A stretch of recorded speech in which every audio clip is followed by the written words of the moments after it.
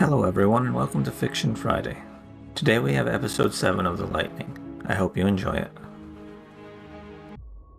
Karash and the rest of the Queen's Chosen approached the human city on foot, along with Akor and his squad. The sun had just set and the moon wasn't yet risen. With their superior night vision, the darkness would give the Berserkers a huge advantage.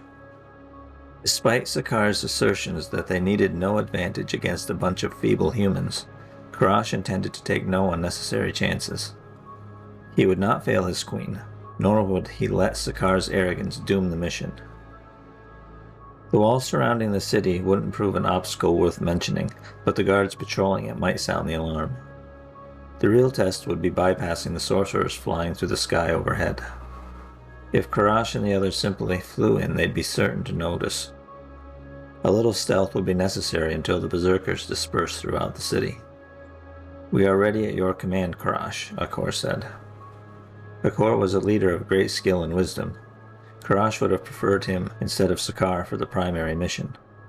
Unfortunately, for all his skill, Akor lacked the raw power needed to assure the mission's success. That left him no choice but to accept the arrogant Sakar. Full speed to the base of the wall. Karash glared at Sakar.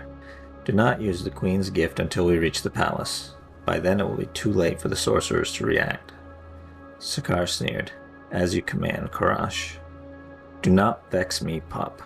I am in no mood for it. Not now. Masks on." Karash looked each of the Berserkers in the eye as they strapped on their dragon masks. They were ready. "Go." They reached top speed in 3 strides and arrived at the base of the wall seconds later. So far, so good. The humans didn't appear aware of their presence. Karash enhanced his hearing to its absolute limit. He listened until the guard passed and moved away. Up and over. Karash gathered his power in his legs and leapt, clearing the wall easily and landing on the far side. Bones as hard as steel absorbed the impact with no trouble. Moments later, the others settled nearby. Karash looked up to gauge the sorcerer's reaction to their arrival. His eyes widened when 6 of them flew west at high speed. Truly, the Queen smiled on them. Their foes were now reduced in strength by almost half. Sakar grinned. "Let's kill some humans." The Berserkers smashed through the door of the nearest building. Screams were soon silenced as they slaughtered the feeble occupants. These weren't warriors, just ordinary people. Killing them was as easy as breathing. The pathetic wretches didn't even try and fight back. They murdered the people in 2 more buildings before the first group of soldiers arrived. They weren't sorcerers or warlords, just more pathetic humans carrying weapons and wearing steel. Karash let a spear scrape across his chest, smiled at the human's reaction to his weapon failing to even make a mark, and crushed the man's head with his fist. He hadn't even needed to use the sword strapped to his back. He glanced up. Still no sign of the patrolling sorcerers. Karash and his team couldn't continue with their part of the mission until the sorcerers were otherwise occupied. He'd just have to keep killing until they showed up. At this rate, he was more likely to get bored than injured. The thought had barely crossed his mind when a golden blast of energy streaked by him and exploded in the street. The force of the blast staggered him a step. Directly above them, 10 humans in red robes had glowing hands in their direction. Finally. "Now," he shouted. Everyone ran in a different direction. Karash sprinted for the wall and circled close around it before turning toward the castle. At his maximum speed, the human sorcerers had no hope of keeping up. The moment he moved out of their sight, Karash suppressed his soul force and crouched down behind a stack of barrels outside a stone building. If they followed their orders, the rest of the team should be in hiding by now, while Akor's team continued to raise hell. He counted to 200 before standing up and scanning the sky. No sorcerers. So far, so good. Once he found the others, they'd be in the clear. For a moment, Frederick stared at the blood gushing from Helena's stomach. Then the rage hit him. He didn't care where the ogres had come from or how they'd located their group. A rush of soul force flooded him. The Berserker, for these ogres could be nothing else, was still moving. The creature's blood-stained sword of frozen ice rose in slow motion as it prepared to finish Helena. A second ogre rushed toward Frederick. It carried an axe made of steel. Neither of them had any hope of striking home. At his maximum speed, he could run circles around even the fastest warlord.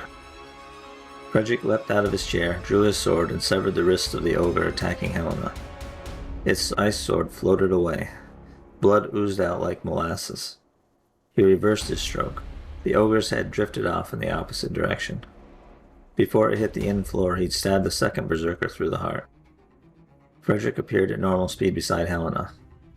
Behind him, the ogres collapsed to the floor. "Are you okay?" "Please say yes." He couldn't lose her now, not when they'd finally made a start on forging a real relationship. Helena nodded, her teeth clenched. "The wound is already healing. The sword missed my heart." She coughed and spat blood. "My lung wasn't so fortunate. I have enough power to complete my healing, but I'm not going to be much use in the fight." A crash and a scream came from upstairs. Andrew. He'd been so worried about Helena he'd forgotten his duty. "Go," she said. "I'll be fine." Though his heart screamed not to leave her, Frederick knew his duty. He nodded once and accelerated to warlord speed. He raced up the stairs and turned left just in time to meet an ogre emerging from the wrong room, the blood of an unfortunate guest dripping from his axe. The ogre spotted Frederick and blocked a slash that should have severed its spine. Snarling, the ogre counterattacked. Blows rained down, powerful but clumsy, allowing Frederick to easily dodge. He didn't dare go to maximum speed. He'd used too much soul force in the initial clash. If he emptied his core, he'd have no chance against the berserkers. They exchanged half a dozen blows, neither gaining an edge. Another ogre emerged from a room further down the hall. It looked their way and grunted something in their savage language. Frederick's opponent snarled a response, prompting the second to turn towards Andrew's room. Depleted core or not, Frederick couldn't let the prince down. He drew deep and his opponent seemed to slow. He dodged a heavy chop, spun, and drove his sword through the ogre's side up to the hilt. A twist and a yank freed Frederick's weapon. The ogre down the hall had smashed Andrew's door and disappeared inside. Frederick closed the distance in an instant. He ran through the shattered door to find a naked Andrew and his opponent battling in slow motion. Robin lay dead on the floor, her head connected to her body by a thread of flesh. In the blink of an eye, the prince and his opponent returned to full speed. Frederick's dwindling soul force no longer allowed him to maintain his maximum acceleration.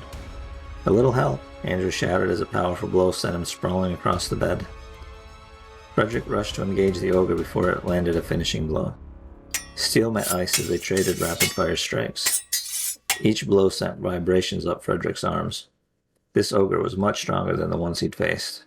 Either that, or his rapidly draining soul force made it seem that way. Whatever the reason, he couldn't take his time with this one. Trying the bulk of his remaining soul force, Frederick lunged with all his might. The berserker batted his blade aside with contemptuous ease. Frederick leapt back, avoiding the counterstroke by inches. How was he going to defeat this enemy? Behind him, Andrew scrambled up off the bed and raised his sword. Maybe together they'd have a chance. Maybe. The ogre bared its fangs. Ha ha ha. It seemed their opponent didn't think any more of their chances than Frederick did. The laugh turned into a gurgle when the head of a spear burst from its chest. Never one to second-guess a good break, Frederick struck, taking the brute's head off. It collapsed, revealing a still-bleeding Helena standing in the doorway. Andrew scrambled for his clothes while Frederick lunged across the room and caught her before she could collapse. "Excellent timing," he said as he lowered her to the floor. "Thanks. When the fighting dragged on, I knew you were having trouble. You used too much power downstairs." He hung his head. "Yeah, I may have lost my temper a bit." Andrew's okay, though, so things might have been worse. Doors were opening out in the hall and voices calling out. Frederick didn't bother enhancing his hearing enough to make out what they were saying. It didn't exactly take a genius to figure it out. Andrew, now fully dressed, took a knee beside them, his face drawn and ragged. "What the hell was that about? How did the things even find us?" "Your guess is as good as mine. We're certainly a long way from the border." Frederick shrugged. In truth, he hadn't the least idea how a squad of ogre berserkers had found them at a country inn hundreds of miles from the northern border. The only question that interested Frederick at the moment was were there any more of them. "Prince Andrew!" someone shouted from downstairs. A woman's voice. Given the number of people that knew the prince was on his tour of the kingdom, it seemed unlikely a local would be calling for him. "Your Highness!" "I'll go shut whoever that is up," Andrew said. "You two come along when you're able. And thank you for saving my life." Andrew turned and left, saving Frederick from having to reply. He turned to Helena. Andrew didn't look too good. No, this might be his first real brush with death. Helena flipped her hair out of her eyes with a bloody hand. Before you say anything, the goblin pint doesn't count. Frederick looked back at Robin's body. I'm not sure it's his danger that bothered him. Seeing someone murdered right before your eyes can't be easy. No. Frederick took her hand and squeezed. When I feared that ogre had killed you, I lost my mind. I love you, Helena, and I'm sorry it took me so long to tell you. She managed a smile. I love you too. Now help me up. We need to find out what's going on. When Frederick and Helena reached the common room, they found Andrew in a heated discussion with a dark-haired woman in crimson robes. 5 others kept the curious and angry patrons a safe distance away. Frederick didn't know her or her companions, but he recognized the Archmage's Crimson Legion from his many visits to the capital. How had they known about the danger to the prince? Frederick, thank heavens. Andrew motioned them over. Please tell these people that the danger is past and that there's no reason to stop my tour before it even really begins. If the king had sent the Crimson Legion to retrieve Andrew, he seriously doubted the danger had ended. The trick would be convincing the prince. Frederick cocked his head. Is the danger past? The female sorcerer ground her teeth a moment, then let out a calming breath. As I was explaining to His Highness, we have reason to believe at least another 10 to 15 ogres cross the mountains. Until they're dealt with, it would be best if all the royals were in one place to make protecting them easier. That's certainly a reasonable precaution, right, Andrew? We wouldn't want any other innocents caught up in our fight. Andrew's angry expression softened a bit and he whispered, No, we wouldn't. The kingdom's not going anywhere, Helena added. We can do the tour later. Andrew straightened and nodded. Right, let's saddle the horses. Actually, Highness, we'll be flying you back to the castle, the female sorcerer said. We'll send soldiers to retrieve your mounts. Andrew threw up his hands. Fine, whatever. He stormed out of the inn with a pair of sorcerers on his heels. Phew. Thank you for helping me convince him. I really didn't want to give an order to the Crown Prince. You must be Frederick St. Cloud. I hold your father in the highest regard. I'm Lydia Thorne, second in command of the Crimson Legion. They shook hands and Frederick said, Unless you had a letter from his father, ordering Andrew wouldn't have worked anyway. In truth, if there are more potential assassins out there, I'll be just as happy to know he's somewhere safe. Those weren't ordinary warriors. They were easily as powerful as the strongest warlords I've ever fought. Yes, that was our information as well. Lydia leaned closer and whispered, They attacked the Northern Army and murdered General Cordray. Heaven's mercy. We'd better hurry before Andrew changes his mind. Frederick led the way out of the inn. His soul force had partially recovered, and he enhanced his senses to better detect any threats. The stars provided just enough light to reveal the empty yard. They'd barely taken a step out onto the deck when something came whistling through the air. Frederick scanned the sky and spotted another sorcerer approaching, this one in a blue and white uniform. Company coming, he said. I know.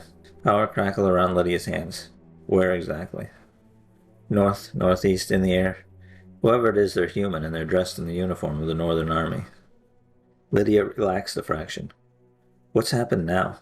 We can't take many more surprises.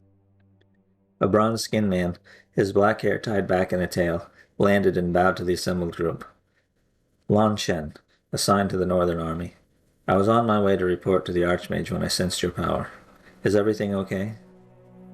For the moment. Lydia shook Lan's hand. Please tell me you don't have more bad news. No, I just wanted to give a detailed report about what I found when I investigated the ogres crossing the mountains. We're on our way back to the capital now, Lydia said. Why don't you fly with us? I'd like to know what we're dealing with as well. Frederick seconded that idea. He felt totally in the dark and he didn't like it. Thanks for listening to episode 7 of The Lightning. I hope you'll join me next week for episode 8. You can check out the complete Soul Force saga on my website, jamesewisher.com. Link in the description. Until next time, goodbye.